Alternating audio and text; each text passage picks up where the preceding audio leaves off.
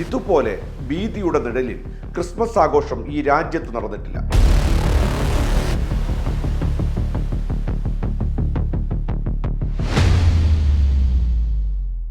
പ്രകോപനങ്ങൾ ഒന്നുമില്ലാതെ ഏകപക്ഷീയമായ ആക്രമണങ്ങളാണ് നാടെങ്ങും കണ്ടത്. പലയിടത്തും പോലീസ് നോക്കുകുത്തിയായി. ഇത്തരം ആക്രമണങ്ങൾക്ക് സംഘപരിവാർ സംഘടനകൾക്ക് പ്രേരണ നൽകിയത് ആരാണെന്നറിയണ്ടേ?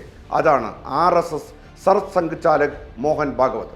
ഇന്ത്യ ഹിന്ദുരാഷ്ട്രമാണെന്ന് മോഹൻ ഭാഗവത് ഒടുവിൽ പറഞ്ഞത് കൊൽക്കത്തയിൽ RSSന്റെ 100ാം വാർഷികാഘോഷങ്ങളുടെ ഭാഗമായി സംഘടിപ്പിച്ച പരിപാടിയിൽ സംസാരിക്കവെയായിരുന്നു.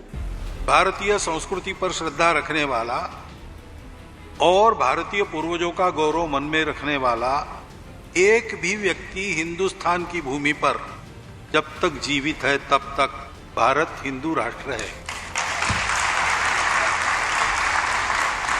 സൂര്യൻ കിഴക്കുദിക്കുന്നു. ഇത് എന്നു മുതൽ സംഭവിച്ചുകൊണ്ടിരിക്കുന്നുവെന്ന് നമുക്കറിയില്ല. അപ്പോൾ അതിനും നമുക്ക് ഭരണഘടനയുടെ അംഗീകാരം ആവശ്യമുണ്ടോ? ഹിന്ദുസ്ഥാൻ ഒരു ഹിന്ദു രാഷ്ട്രമാണെന്ന് മോഹൻ ഭാഗവത്. ഇതിൽ ആവേശം കൊണ്ടവരാണ് അന്യമത വിദ്വേഷവുമായി തെരുവിലിറങ്ങുന്നത്. അധികാരത്തിലിരിക്കുന്ന കക്ഷി എന്ന നിലയിൽ BJPക്ക് കുടപിടിച്ച ക്രൈസ്തവ സംഘടനകൾ പോലും സംഘപരിവാർ സംഘടനകൾക്കെതിരെ പ്രതിഷേധിക്കുകയാണിപ്പോൾ. ക്രിസ്മസ് ആഘോഷത്തിനു നേരെ ആക്രമണം നടത്തിയ സംഭവത്തിൽ 4 ബജ്രംഗ് ദൾ VHP പ്രവർത്തകരെ അസം പോലീസ് അറസ്റ്റ് ചെയ്തിരിക്കുകയാണ്. അസമിലെ ബെൽസോറിലെ പനിഗാവ് സെന്റ് മേരീസ് സ്കൂളിലാണ് ആക്രമണം നടത്തിയത്. ഉത്തർപ്രദേശിൽ ക്രിസ്മസ് ആഘോഷങ്ങൾക്കിടെ ബജ്രംഗ് ദൾ VHP പ്രവർത്തകരുടെ അതിക്രമം നടന്നു. ബറേലിയിലെ ക്രിസ്ത്യൻ പള്ളിക്ക് മുൻപിലാണ് സംഭവം. ഛത്തീസ്ഗഡിലെ റായ്പൂരിലും ആക്രമണമുണ്ടായി.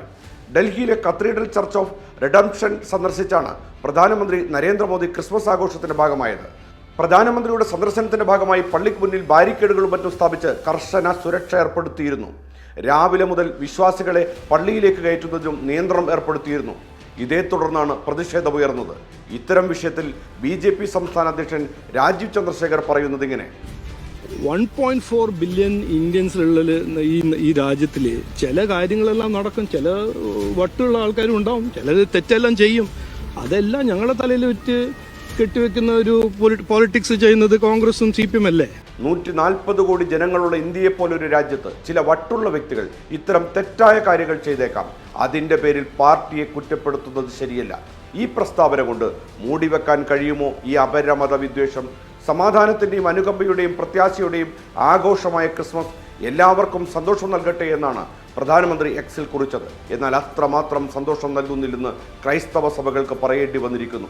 കഴിഞ്ഞ തവണ ക്രിസ്മസ് കേക്കുമായി വീട് സന്ദർശനത്തിന് വന്നവർ ഇത്തവണ വടിവാളുമായി ഇറങ്ങിയിരിക്കുന്നുവെന്ന് സാമൂഹിക മാധ്യമങ്ങളിലെ വിമർശനം.